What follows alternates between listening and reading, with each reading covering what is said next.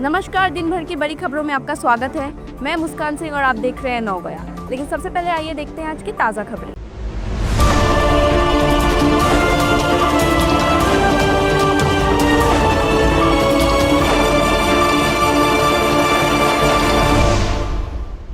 नौगांव के प्रसिद्ध बांसुरी वादक नवजीत बोरा शुरू करने वाले हैं बांसुरी वादन कार्यशाला। नौगांव में एक महिला के बाल काट दिए कई महिलाओं ने। नौगांव के नूतन बाजार 4 अली में भीषण सड़क दुर्घटना।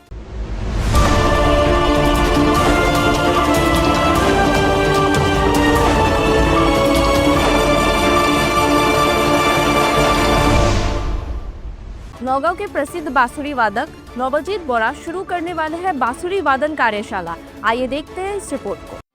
নৱজিত বৰা নগাঁৱৰ এজন বিশিষ্ট বাঁহীবাদক। সকলোৱে চিনি পায় তেখেতক। তেখেতৰ বাঁহীৰ সুৰ সকলোৱে চিনি পায়। তেখেতে বিভিন্ন অনুষ্ঠানসমূহ কৰাৰ লগতে তেখেতে নিজৰ ঘৰতে খুলিলে এখন বাঁহী প্ৰশিক্ষণৰ বিদ্যালয়, য'ত স্থানীয় বহু ছাত্ৰ ছাত্ৰীয়ে বাঁহী বাদন শিকিবলৈ আহে, যাৰ দ্বাৰা বহু ছাত্ৰ ছাত্ৰী উপকৃতও হৈছে। এনেকৈ গতানুগতিকভাৱে চলি আছে তেখেতৰ বিদ্যালয়খন। এতিয়া অৰ্থাৎ 5 আৰু 6 জুলাইত তেখেতে আৰম্ভ কৰিবলৈ লৈছে এখন বাঁহী বাদনৰ কৰ্মশালা, য'ত উপস্থিত নগাঁৱৰ বিখ্যাত বাঁহীবাদক Dipak Sharma. News desk report, নগয়া। নমস্কাৰ, মই নৱজিত বৰা আৰু বৰ্তমান মই আছোঁ মোৰ বাসগৃহত। প্ৰতি দেওবাৰে ৰাতিপুৱাৰ যি বাঁহী ক্লাছ হয় আৰু সেই বাঁহী ক্লাছত আছোঁ। আৰু ইয়াতে মই শাস্ত্ৰীয় শিক্ষাৰ লগতে পুৰণি অসমীয়া গীত, ফোক আদিকে ধৰি আধুনিক গীত সকলোখিনি শিকাওঁ ইয়াতে। গতিকে এই বাঁহী ক্লাছৰ পৰাই আমি এই বছৰ গৰম বন্ধত মানে অহা জুলাই মাহৰ 5 আৰু 6 তাৰিখ শনিবাৰ আৰু দেওবাৰে এখনি বাঁহী কৰ্মশালাৰ আয়োজন কৰিছোঁ হওক। আৰু উক্ত কৰ্মশালাখনিত বাঁহীৰ প্ৰশিক্ষক হিচাপে আমাৰ মাজত উপস্থিত থাকিব মোৰ বাঁহী গুৰু তথা আমাৰ শ্ৰদ্ধাৰ সকলোৱে পৰিচিত দীপক কুমাৰ শৰ্মা ছাৰ। আৰু তেখেত সুৰকাৰ, গীতিকাৰ, বাঁহীবাদক। আৰু গতিকে তেখেত আহিব আমাৰ মাজলৈ জুলাই মাহৰ 5 তাৰিখ ৰাতিপুৱা 7:30 বজাৰ পৰা 11:30 বজালৈ আৰু 6 তাৰিখ 7:30 বজাৰ পৰা 11:30 বজালৈ ৰাতিপুৱাৰ সেই সময়খিনি, যিহেতু গৰম বেছি গতিকে ৰাতিপুৱাৰ সেই সময়খিনিত বাঁহী কৰ্মশালা প্ৰদান কৰিব দীপক কুমাৰ শৰ্মা ছাৰে। আৰু বাঁহীৰ কৰ্মশালাৰ বিষয় হ'ব লোকসংগীত মানে ফোক। যিহেতু আমাৰ ফোকটো আজিকালি বহুতে ভুলকৈ বজাই থকা দেখা পাওঁ। অৰ্কেষ্ট্ৰা, বিভিন্ন দলৰ অৰ্কেষ্ট্ৰাৰ বাঁহীবাদকবিলাকে খুব ভুলকৈ বজাই থাকে। গতিকে ফোকটোৰ ওপৰত হ'ব আৰু লগতে পুৰণি অসমীয়া চিঞৰ সেউজ গীতৰ ওপৰত বাঁহী কৰ্মশালা হ'ব। ইয়াত নবীন প্ৰবীণ সকলো বাঁহীবাদকে অংশগ্ৰহণ কৰিব পাৰিব।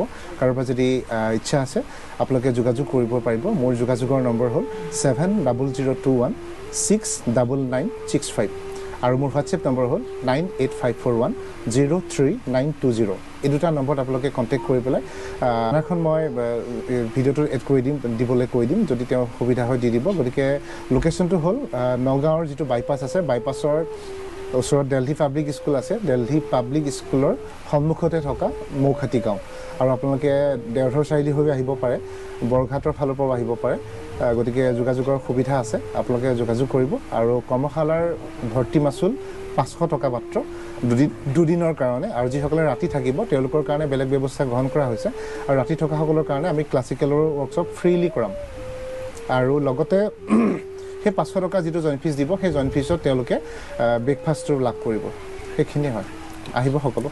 আৰু লগতে যিসকল প্ৰশিক্ষাৰ্থীয়ে সেই কৰ্মশালাটোত যোগদান কৰিব তেওঁলোকক দীপক শৰ্মা ছাৰৰ হতুৱাই মানে দীপক শৰ্মা ছাৰৰ পৰা এখন মানপত্ৰ লাভ কৰিব কৰ্মশালাত শিক্ষাদান কৰাৰ বাবদ।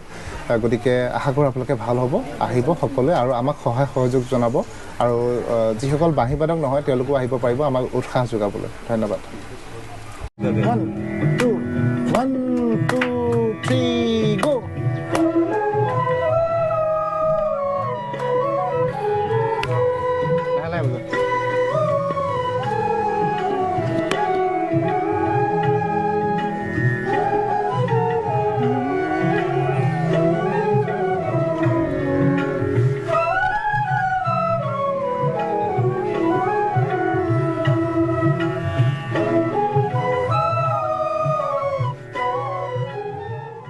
नौगांव में एक महिला के बाल काट दिए कई महिलाओं ने।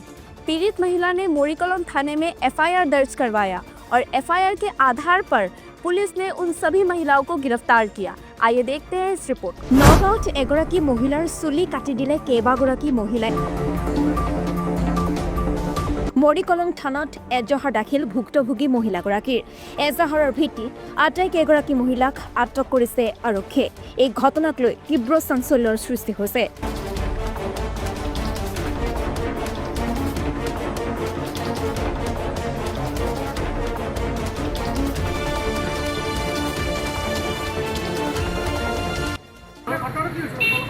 মোৰ মানে ঘৰৰ পৰা নি মাৰপিট কৰিছে, চুলি মুলি কাটি দিছে।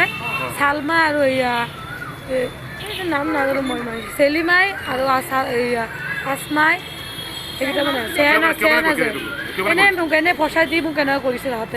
অঁ, চুলি মুলি কাটি দিছে, বহুত অন্যায় কৰিছে। এতিয়া মোৰ ঘৰত থাকিব না মালত এৰেষ্ট কৰিছে 3টা মানুহ।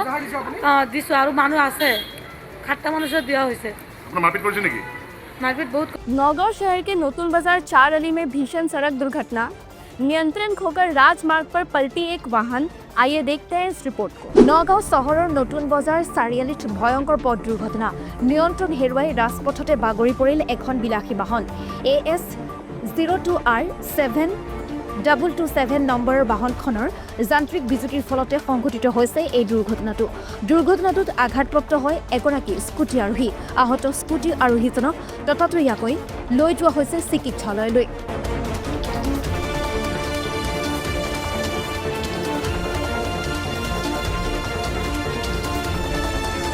ये था हमारा आज का रिपोर्ट। नौगांव से जुड़े रहने के लिए हमारे फेसबुक, इंस्टाग्राम और यूट्यूब प्रोफाइल को फॉलो करें और देखते रहिए नौगया। धन्यवाद।